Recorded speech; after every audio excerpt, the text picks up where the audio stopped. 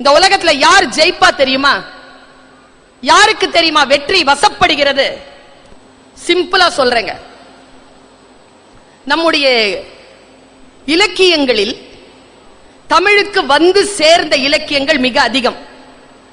தமிழிலே பிறந்த இலக்கியங்கள் மிக அதிகம். அதே போல வந்து சேர்ந்த இலக்கியங்களும் அதிகம். அதில் ஒன்று மகாபாரதம். மகாபாரதம் மகாபாரதத்துல ஒரு ஒரு கிளை கதையை நான் வாசிச்சேங்க.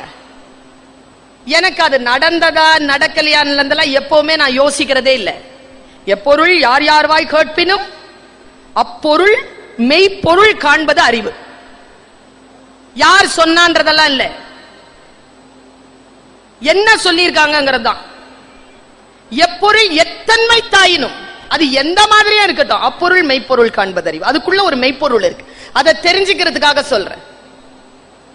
யாருக்கு வெற்றி வரும், யார் தோற்பார்கள், கால கணக்கில் கால கண்ணாடியில் இந்த வெற்றி தோல்வி என்பது யாருக்கானது? இதை விட பிரமாதமா வேற எந்த உதாரணத்தோடும் விளக்கிட முடியாதுங்க. நீங்க உங்கள் மனதறைகளில் உங்களை முன்னிறுத்திக் கொண்டு இதை புரிந்து கொள்ளுங்கள். நான் கூட்டத்திற்கு பேசுபவள் இல்லை, தனி மனிதருக்கு பேசக்கூடியவள். என் சிந்தனை என்பது தனி மனிதர்களுக்கானது. பொது சிந்தனையோடு நான் பேசுவது இல்லை, தனி மனித சிந்தனையோடு பேசுகிறேன். இண்டிவிஜுவலா இந்த விஷயத்துக்குள்ள நீங்க வாங்க. மகாபாரதம் எத்தனையோ விஷயங்களை சொல்லுது. அதற்குள்ள ஒரு குட்டியான ஒரு விளக்கம்ங்க. எனக்கு எப்பொழுதுமே நம்முடைய சிந்தனையை மாற்றக்கூடிய சொல்லின் மீது கவனம் உண்டு. எனக்கு பல நேரங்களில் விதைகள் வழிகளில் விழுந்து விடுகின்றன, பட்சிகள் பட்சித்து போடுகின்றன. மண் ஆழம் இல்லாத பாறையில் விழுந்து போகிறது, அதனால் வளர்ந்தாலும் வெயில் பட்டு கருகுகிறது. சில விதைகள் முள்ளிலே விழுகின்றன, சில விதைகள் தான் நல்ல நிலங்களில் விழுந்து 30 60 100 போகம் அளிக்கின்றன என்று பேசுகிறது பைபிள். விதைகள் சரியான இடத்தில் விழ வேண்டும். இதோ நான் ஒரு விதையை தூவுகிறேன். ஒருவேளை என் பேச்சை கேட்டுக் கொண்டிருக்கக்கூடிய யாரோ ஒருவர் இன்னும் சரியாக 1.5 ஆண்டுகளுக்குள் வேறு ஏதோ ஒரு சூழ்நிலையில் வேறு ஏதோ மிகப்பெரிய ஒரு விஷயத்தை சாதித்துவிடக் கூடும். காலத்தின் எல்லையை கருதி நான் சொல்லுகிறேன். காட்சி இதுதான். காட்சி நமக்கு முன்னால் வருகின்ற பொழுது சில பாடங்களை தருகிறது. எவன் ஒருவன் அதை மிக கவனப்படுத்திக் கொள்கிறானோ வாழ்க்கையில் ஜெயிக்கிறான். பெர்னாட் ஷா சொல்கிறார், நம்மில் பலர் 40 வயதிலேயே செத்து போகிறார்கள், புதைப்பதற்குத்தான் 60 70 ஆண்டுகள் ஆகிவிடுகின்றன என்று பேசுகிறார். வாழ்க்கையில் விதைக்கின்ற விதைகள் வளராமல் இருந்தால் அங்கே மரணம் நிகழ்கிறது. அந்த விருட்சம் வளர வேண்டும் என்ற பிரார்த்தனையோடு சொல்லுகிறேன். மகாபாரதத்தில் மொத்தம் 5 பேர், உங்களுக்கு பெயர்கள் தெரியும். தருமன், பீமன், அர்ஜுனன், நகுலன், சகாதேவன், 5 பேர். 5 பேருக்குமா ஒரு மனைவி இருந்தா, அவ பேரு திரௌபதி. துருபதன் மகள், அதனால் திரௌபதி. பாஞ்சால தேசத்தின் இளவரசி, அதனால் பாஞ்சாலி. அவளுடைய இயற்பெயர் கிருஷ்ணை, கருப்பழகி.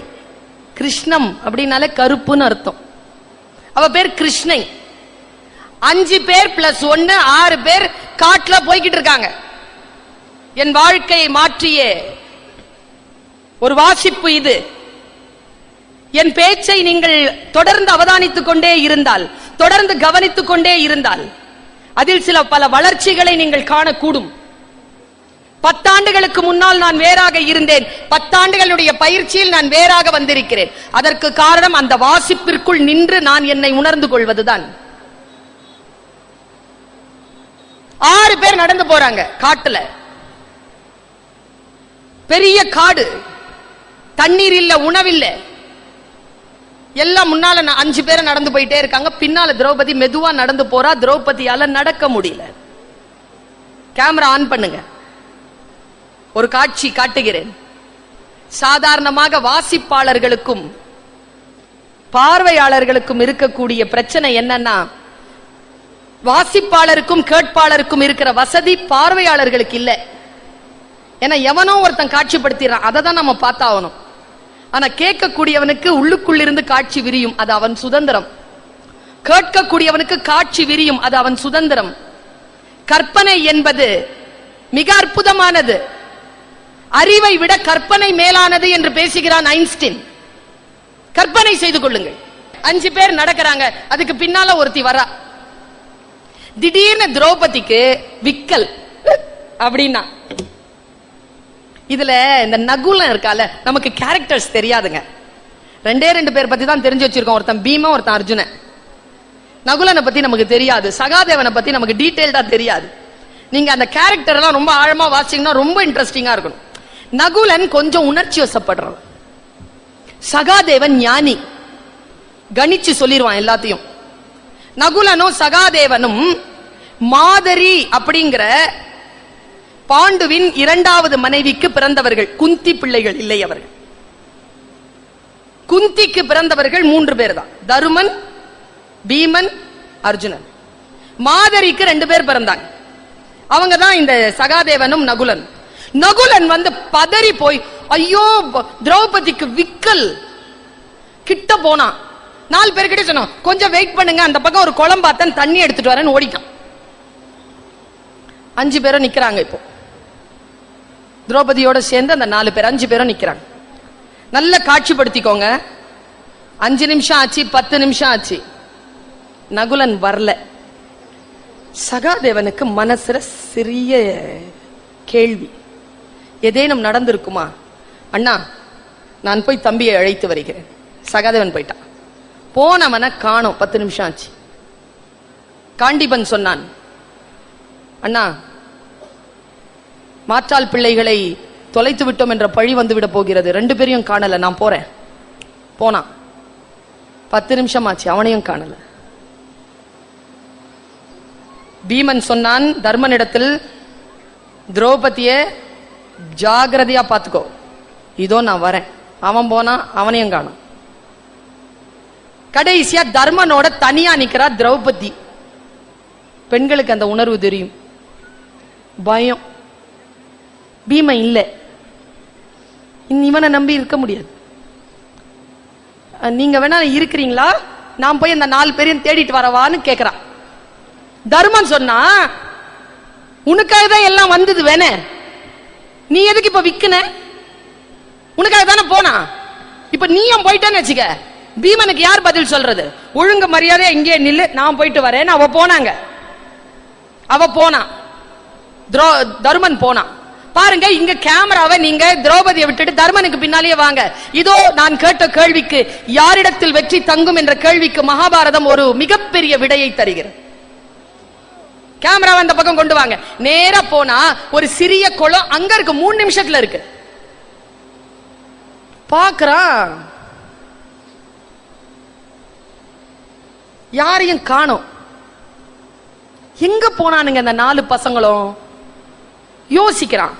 தண்ணி அசைவு இல்லாம இருக்கு, காத்து அசைவு ஒண்ணு இல்ல, கல்லு மாதிரி இருக்கு தண்ணி. தண்ணிய பாக்குறான், மனசுல ஒரு சின்ன அச்சம். சரி, அப்புறம் பாத்துக்கலாம், முதல்ல தண்ணி எடுத்துட்டு போய் அவளுக்கு கொடுப்பான், செத்துற போறா அப்படின்ட்டு அவன் உட்காரும் பொழுது அங்க என்ன நடந்திருக்குன்னா, அங்க ஒரு யக்ஷன், அரக்கன், தேவலோகத்தில் இருக்கக்கூடிய பலம் பொருந்திய ஒரு யக்ஷன், அவன் ஒரு குளத்தை தோண்டி, மாய குளத்தை தோண்டி காத்திருப்பானா. என்ன மாதிரியும், கருணாகரன் சார் மாதிரியும் டீச்சர். வரக்கூடிய ஆட்கள் இருக்காங்களா, தண்ணி குடிக்க வரவங்களுக்கு கேள்வி கேட்பான். பதில் சொன்னா தண்ணி கொடுப்பான், பதில் சொல்லலன்னு வச்சுக்கங்க, மயக்கம் அடைய வச்சு மரத்துல தொங்க விட்டுருவான். பசிச்சா சாப்பிடுவான். நம்ம 4 ஆட்கள் அங்க தொங்கிட்டு இருக்காங்க. மறைஞ்சி இருக்கான் மேல, மரத்து மேல. தர்மனுக்கு இதெல்லாம் தெரியாது. தம்பியைகளை தேடுகிறான், எல்லாம் பாக்குறான். சரி, தண்ணி முதல்ல குடிப்போம் அப்படின்ட்டு உட்கார்ந்து தண்ணி கிட்ட இப்படி போறானாங்க. அந்த கதை எவ்வளவு அழகா சொல்லுது தெரியுமா? தண்ணி கிட்ட போகும்போது உங்களுக்கு தெரியும் தானே, மனசு ரொம்ப வேதனையா இருக்கும் போதுதான் கொஸ்டின் பேப்பர் வரும் எக்ஸாமினேஷன்ல. அப்படி ஒரு கொஸ்டின் பேப்பரை மேலந்து போடுறான். கேள்வி ஆரம்பிச்சிருச்சு. ஒரு இலைய பிச்சு போட்டானாங்க. மகாபாரதம் சொல்லுது அந்த இலை எப்படி இறங்குச்சுன்னா இறங்குச்சான். காற்றே இல்லாத நிலையில் அந்த இலை இறங்கினது ஒரு விதமான அமானுஷ்யமாக இருந்தது. இலை எப்படி விழுந்ததுன்னா தங்குன்னு விழுந்துதான். விழுந்த சத்தத்துல தண்ணி குளம் அசைஞ்சுதான். இலை எப்படி விழுந்ததுன்னா அப்படி பார்த்துக்கிட்டே இருக்காங்க. அவன் இலை விழுறத வர்றதே பாக்குறான். பார்த்துட்டு இலை எப்படி விழுதுன்னா தண்ணியில பாதியும் தரையில பாதியுமா விழுது. இப்படி விழுது. கொஞ்ச நேரம் பார்த்துக்கிட்டே இருக்கிறான் பாருங்க. தண்ணியில இருக்கிற இலை பச்சையில இருந்து சிவப்பாகுது. தரையில இருக்கிற இலை பச்சையில இருந்து மஞ்சள் ஆகுது. கொஞ்ச நேரத்துல மஞ்சள் நிறம் குருவி ஆகுது. கொஞ்ச நேரத்துல சிவப்பு நிறம் மீன் ஆகுது. ஒரே இலையில மீன் குருவி ரெண்டும் இப்படி நிக்குது. கண்ணிமைக்கிற நேரத்துல ரெண்டு பேருக்கும் போராட்டம். ஏன்னா இதுக்கு சிறகு, அதுக்கு தண்ணியில போகணும், உள்ள போகணும். கரையில இருக்கு. என்ன பண்றதுன்னு தெரியாம இந்த குருவி என்ன பண்ணுது, இந்த மீனை இழுத்துட்டு வானத்துல பறக்கிறதுக்கு போகுது. தரையில இருக்கிற குருவி இப்படி போக தண்ணியில இருக்கிற மீன் தண்ணிக்குள்ள போகணும்னு குருவியை இழுக்குது. எல்லாம் ஒரே உடம்பா இருக்கு. ஒரு பகுதி குருவி, ஒரு பகுதி மீன். ரெண்டு சண்டை போட்டு அந்த பக்கம் இழுக்க முடியல, இந்த பக்கம் போட முடியல. ரத்த களரியா அங்க ஒரு சண்டை நடக்கிறத தர்மன் பாக்குறான். கொஸ்டின் ஆரம்பிக்கிறான் யக்ஷன். தர்மா சொல், எது வாழும், எது ஜெயிக்கும்?